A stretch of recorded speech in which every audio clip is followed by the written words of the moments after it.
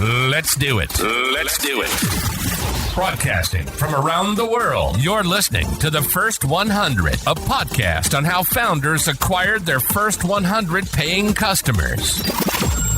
Here's your host, Hadi Radwan.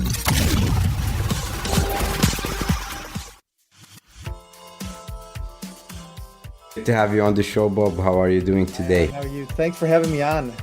Thank you for stopping by. This is something we've been planning for a while. I want to introduce you quickly to my listeners. So you're the co-creator of the Jobs to be Done framework, which is a concept developed alongside the late Clayton Christensen. And Bob, your expertise is wide. You've helped so many companies launch their products, more than 3,500 products, services, and businesses. And you're also the CEO and founder of Rewire the Group. You're also a multiple author for books such as The Demand Selling 101. So thank you very much for stopping by. I'm also an entrepreneur. I've basically done 7 startups. So I've not only helped companies, but I've built my own several times over. I've always been about building things and I love to do it. And I love to help other people do it as well. Amazing. We'll go into a bit of those startups and to see how they've reflected on your current experience. But before we dive into that, I've been following you. I don't know you personally before this meeting, but the principles around the Job to be Done framework is so popular, especially how you frame problems, that we've started to use them in practical context. And before we go into how we can use them in the first 100 context, tell us, how did you co-create it with the late Clay Christensen? Yeah, so a lot of it started because I'm dyslexic and I can't read and I can't write, or it's very, very difficult for me to read and write. And so one of the things is, as I built product, I started out building product for myself. And then when I started to build product for other people, I'd ask people what they wanted, but ultimately I'd literally go off and build what they wanted. And they say, no, that's not what I wanted. And I did it several times over where it got to the point where like, okay, what am I missing? They're telling me what they want, but it's like, it's by the time I get it done, it's not what they want anymore. The Jobs to be Done framework came out of that frustration of not being able to kind of like use surveys and just take the voice of the customer and understand it, because people lie. And so it's the aspect of, I went and actually learned criminal and intelligence interrogation to kind of develop a method to understand what motivates people to really change. I was using it as a workaround since the late 80s, early 90s. But once I introduced it to Clay, the concept of it, it was really just a tool for me. But Clay turned it into a theory. And he basically said it had more universal principles. And so he put his magic brain against it and basically came back with, kind of a way to see it as a theory. And together we basically collaborated to kind of create that theory. And so for the most part, I would say Clay's the theorist and I'm the practitioner of it.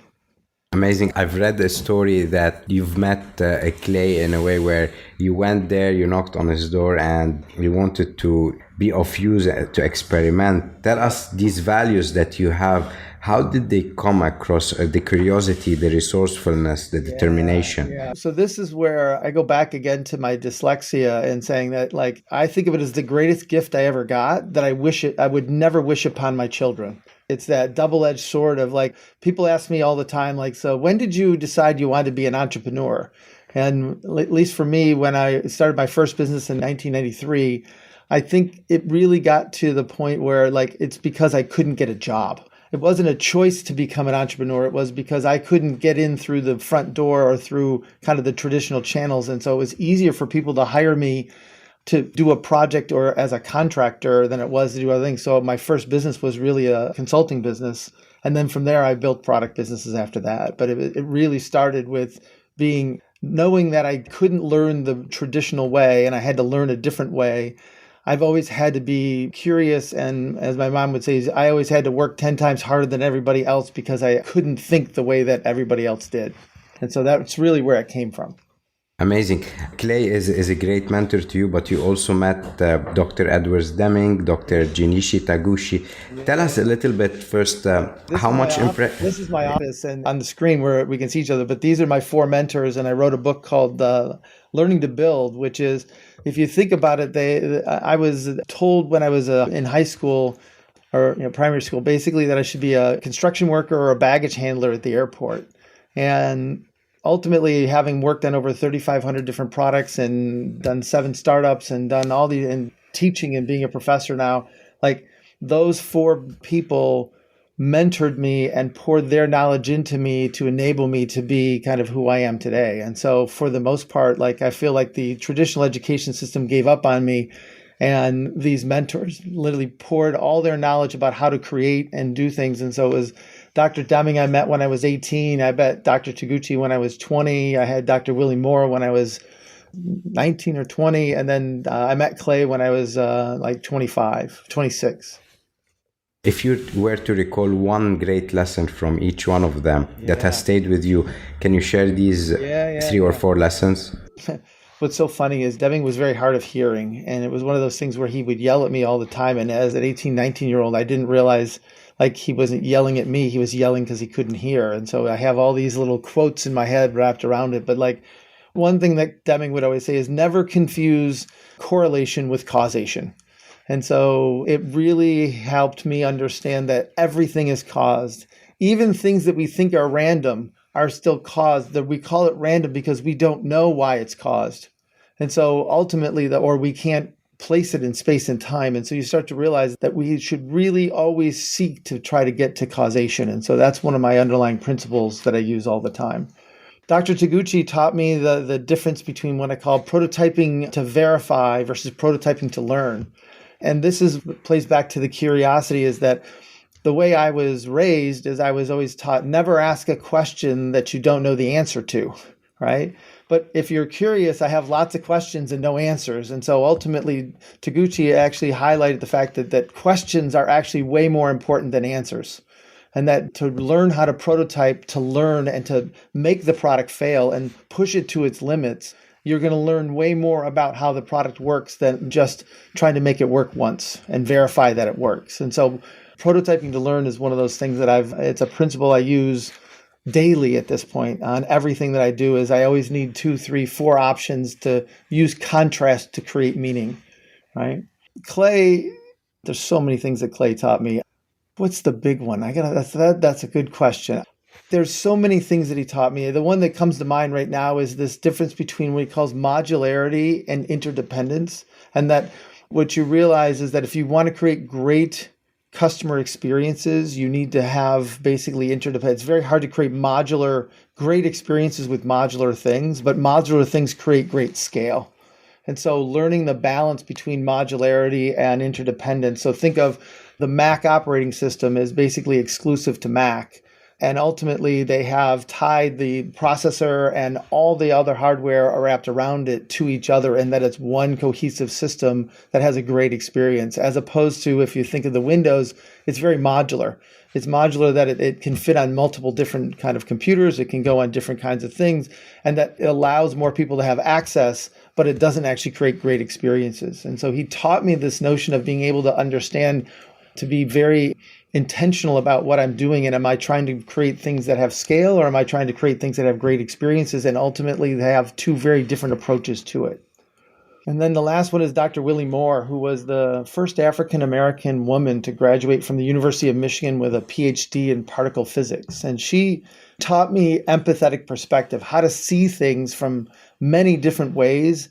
So for example, we were working on a problem where she taught me how to almost become the molecule and say, what happens to me as a molecule it was a rear view mirror, and we were having problems with it, but it was like, how does it come to be the rear view mirror? And if I'm a molecule, what things do I have to go through in order to be transformed into that mirror? And ultimately, we were able to solve the problem by having this really unique perspective on it. And so I never forgot the fact of being able to see things from, all these different views helps me see the problem way better. And so those are just some of the many, many things that they taught me, and to help me become a really good innovator and entrepreneur. These are all great and amazing lessons we definitely will make note of. You are big on what we call problem aware first. Can you expand on this? Yeah. So what's interesting is, when I was in school, I went to engineering school, and one of the things that the greatest lie they told me was build it and they will come. They almost taught us a level of arrogance that if you understand the science and you understand how something works, people will want it. And so just make it better. And if you make it better, more people will want it. Well, it turns out that that's a lie, because if once I make something, then I got to go find of the 8 billion people in the world who need it. And so to me, it's a very hard thing to come up with an idea and then literally go find people who need it. I've learned to actually reverse that process, is go find problems that people can't solve, become problem aware. I always say the struggling moment is the seed for all innovation. It's where the customer has to innovate. It's where we have to innovate. It's where everybody has to figure out how to innovate and do something new or do something different. And so to me, being problem aware is very, very important. And ultimately, it's the beginning of the journey of how the customer decides to stop doing what they're doing and do something new. So the customer has to innovate as much as we have to innovate, because otherwise we're all creatures of habit. We'd rather just keep doing the same thing we've been doing over and over again. But it's that struggling moment that becomes that domino, that seed that literally kind of causes us to say we can do better, or that there has to be a better way, that then causes us to look. And so being problem aware from what I call the demand side is way more important than being able to come up with a great idea. That leads me to segue into your book, Demand Selling. Can you tell our audience what is demand selling and why it's important for early founders to be aware of it? Just taking that whole premise of being problem aware and understanding how people buy. So the book came about for two reasons. One is I've done a lot of studying in different schools and different places in engineering and business and design, etc. And one of the things that I realized is, like, when you go to business school, they teach you marketing, they teach you finance, they teach you HR, they teach you, leadership, but they don't teach you sales. If you ask anybody, like, who is your sales professor? There's no sales professors. Why are there no sales professors? And so ultimately, it turns out that in the 70s and 80s, or the 60s and the 70s, there were sales professors to teach the process of sales.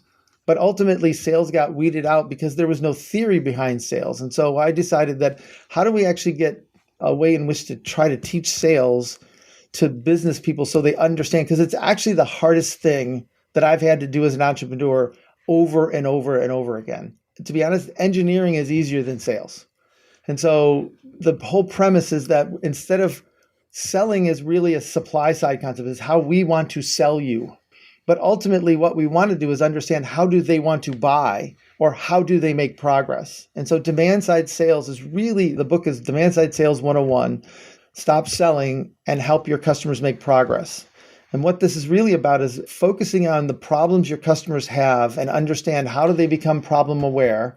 How do they become solution aware? How do they actually identify the progress they want to make? And how do they make the trade-offs along the way?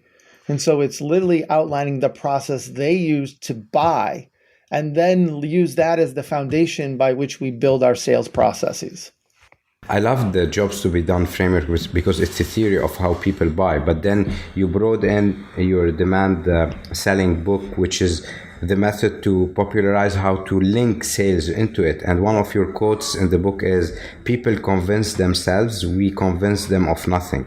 So how were you able to link those together? Because the framework is very theoretical at the beginning. Yeah. How were you able to bring in that sales element into it? So what's interesting is that it really started back with a quote from Peter Drucker that said, the reasons why people buy their product is very different than what companies think they're selling their customers. And ultimately, as I did more and more interviews, so I went and learned criminal and intelligence interrogation methods to figure out and to study what causes people to change. Because ultimately, new products is about change and understanding where people want to change or need to change. And then ultimately, how do they go about changing is what I've been studying for the last 30 plus years.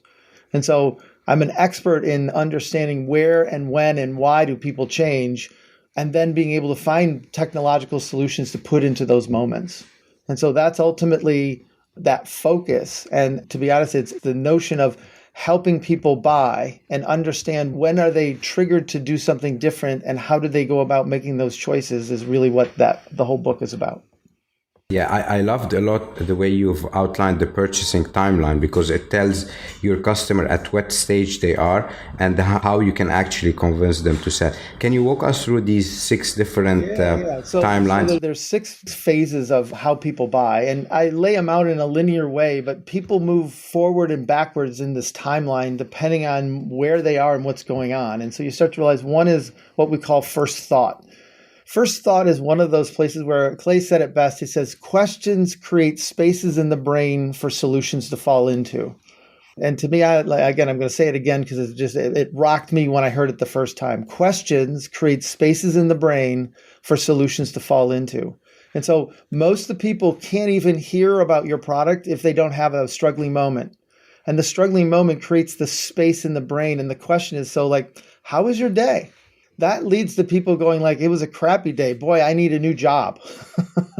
And so if you start to realize that questions are those really powerful things that enable people to make progress, that it's actually, again, questions are more important than the answers in some cases, because the better the questions, the easier the answer. And typically when you have a hard time getting the answer, typically you were asking the wrong question. And so part of that is what I learned very early on from Dr. Taguchi was that how do you frame the right way to look at it? So step 1 is really first thought. And then once you have that space, there's this phase people go through where they go what I call passive looking. And this is where people learn about the problem. It's where they, the first thought is where they become problem aware, but ultimately passive looking is where they decide that this is a problem that's big enough and something they need to do something about. And they move from problem aware to the beginning of solution aware. And it's a very surface level of solution, but passive looking is they're not investing time. It's like they're going through their life, but now because they have this space, they see things they couldn't see before. I always say people don't really notice cars until their lease is up or they have a really big repair on their car. And once they have that, it's oh, okay, I got to get a new car. Then they start to passively look and then they go through the whole process. The next part is then what happens is once they decide that it's a big enough problem that there's some inevitable change they have to make, they move into active looking. And active looking is where they start to communicate with other people. They start to put time aside and invest. They start to look at options. They still don't really know what they want, but they're looking at many, many different things. And so I always call active looking like a kid in a candy store. It's oh, I want this. Oh, I want this. They're not actually putting it all together. They're just saying, I want this feature. Or boy, do you have that feature? Or boy, it'd be really great if you had this. But they haven't kind of pieced it all together. That gets to the next phase, which is phase 4, which is deciding. And deciding turns out that it's not about building the best product in the world. It's about actually designing a product that matches their value code of the trade-offs they're willing to make, because there is no perfect product. People don't want to spend more money. People sometimes do want to spend more money. Why do they want to spend more money? Save time, be faster, better performance. Ultimately, being able to understand what people are willing to pay for and how they're willing to pay for it gets back to the trade-offs they're willing to make. And so you start to realize that it's not about putting the best product, but it's actually putting yourself against a set of products that make your product look as the best thing to help them make progress. And then there's stage 5, which is the first use. First use is where at the deciding point, when they finally decide, that's where the expectations for satisfaction are locked in. Everything prior to that might go into it, but ultimately when they make the decision of what they're going to do, they'll actually only have 2 or 3 or 4 things that they're really looking forward to. And so ultimately understanding how that first use happens and how they actually know that they're making progress and that they're being satisfied is stage 5. And then stage 6 is actually building it into a new habit. How do you turn it into a new habit so they actually don't have to think about it anymore and it just becomes something they do every day? And then ultimately they have a new struggling moment that makes them go all the way back to the beginning. And so it's studying how do people change and why do people come to you and why do people leave you? And ultimately by studying those things, you have a way better idea of how to satisfy and how to actually, what feature sets you need to build, what products you need to build. And to be honest, it's where to start if you have 0, if you don't have anything.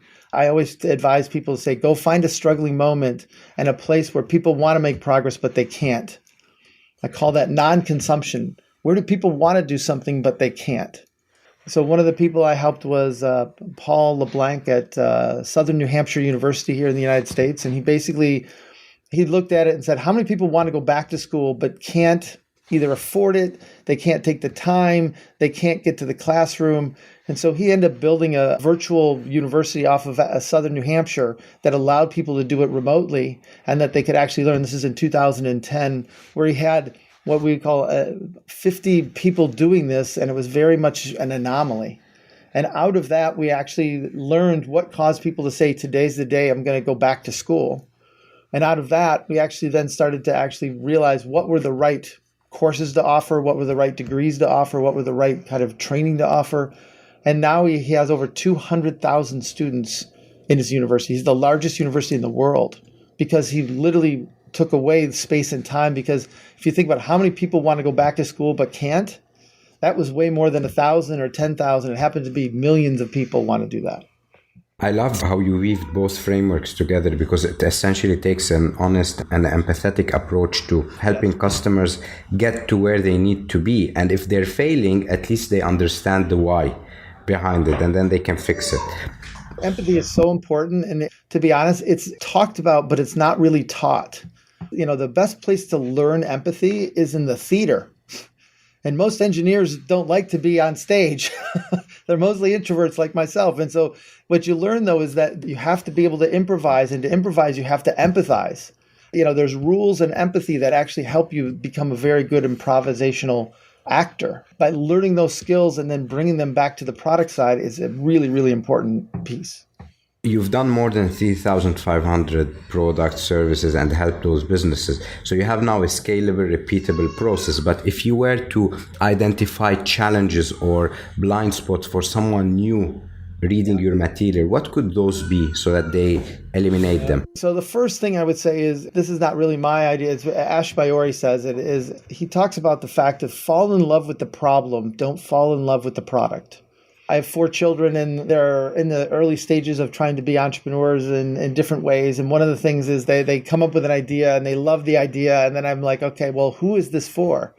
And they're like, well, I don't know. We got to go find it. I'm like, well, here's the thing is you need to go love the problem and the people you want to go help, because that makes it easier for you to change the product. But if you love the product, you literally have to go through 8 billion people to find the people who really want it. And you end up spending way more time trying to sell than actually trying to figure out how to help people.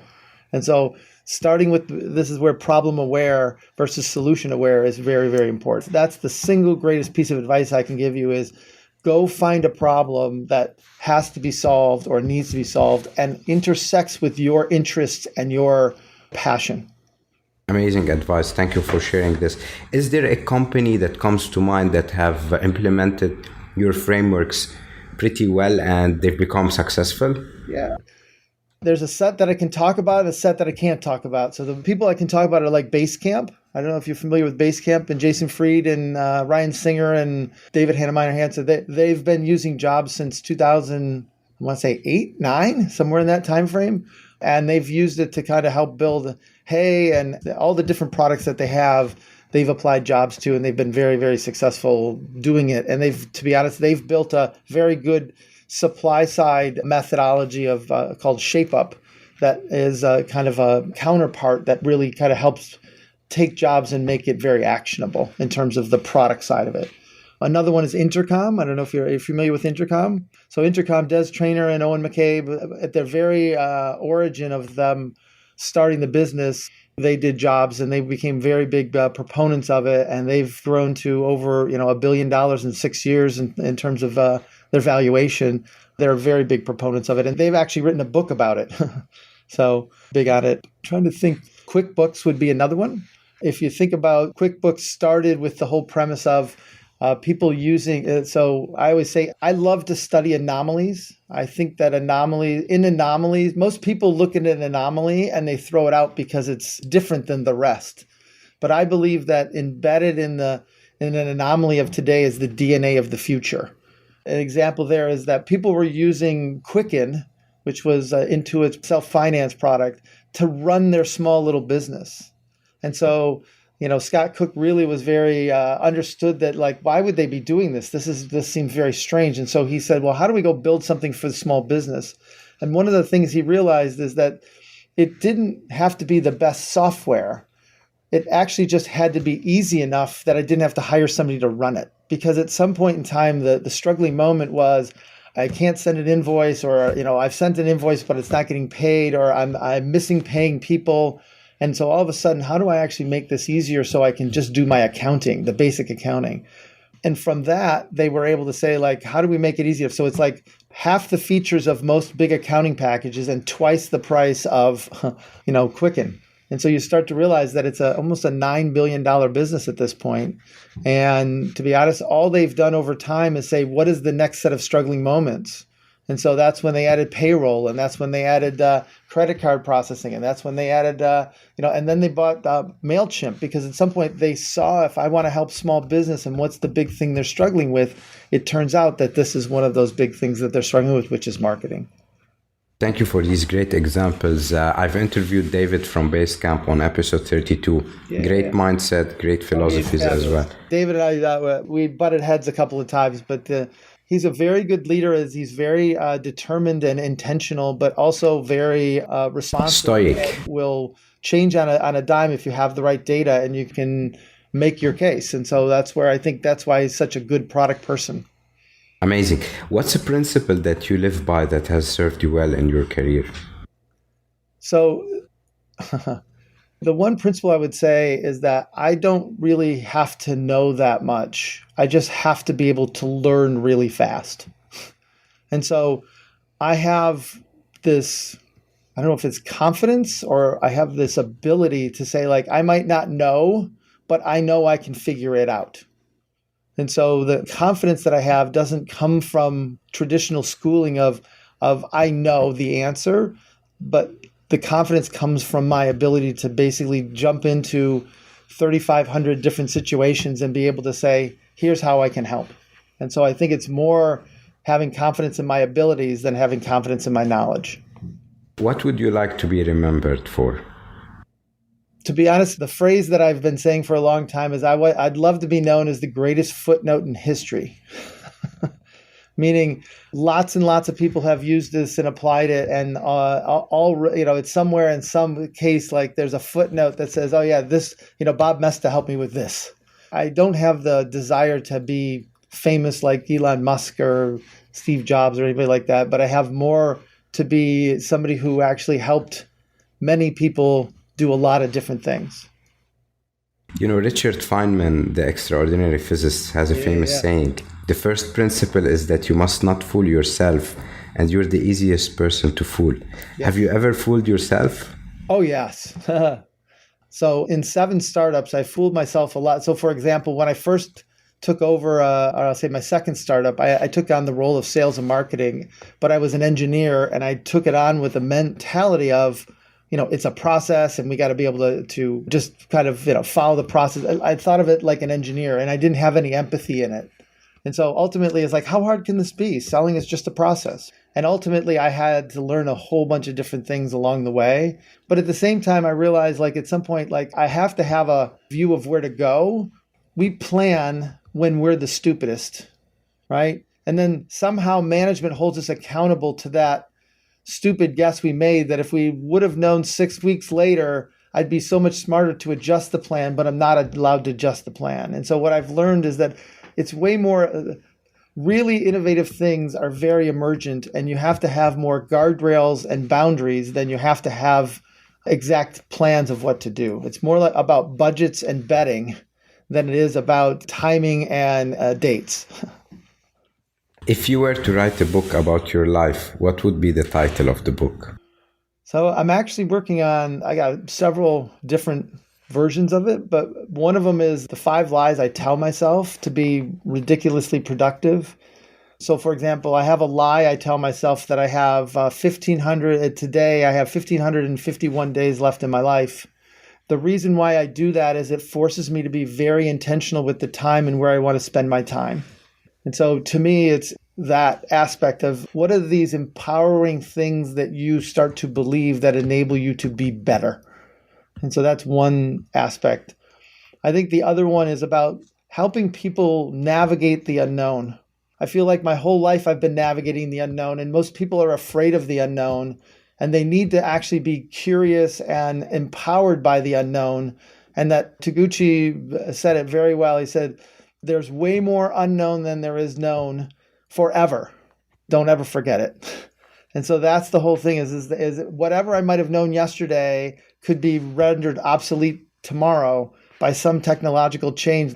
Again, the greatest theory for medicine in the 1800s was leeching and bloodletting, right? And they thought that was the greatest thing at the time. Then we figured out bacteria. And so you start to realize that new theories help us evolve. And that's really what I like, to always be thinking about what's next. What's next for Bob? Well, so I'm teaching more. So I became a professor in the last couple of years. And so I'm teaching at the Northwestern, at the Kellogg School of Business at the Northwestern University in Chicago and Evanston. And then I'm painting more. So all the paintings you see around here are all paintings that I've done. And so I'm doing a little bit more painting. I'm 60, and so I'm backing out of doing full-time projects, but I'm advising and I'm spending more time with people who really want to apply this and go deeper. And so that's where I'm spending my time and what I'm doing. Bob, this is an amazing episode. We could continue on, but I want to be respectful of your time. How can people reach you? Best place is LinkedIn. I also have a podcast called The Circuit Breaker that I do with my partner. It's literally him and I have no idea what the topic is. He looks through all the questions we get and all the different things, and he literally just says, "Hey, Bob." I say, "Hey, Greg," and we start talking about some topic. And so it's a 20-minute kind of podcast of us just kind of unpacking a lot of the concepts that I talked about here in the 30 minutes we've been on.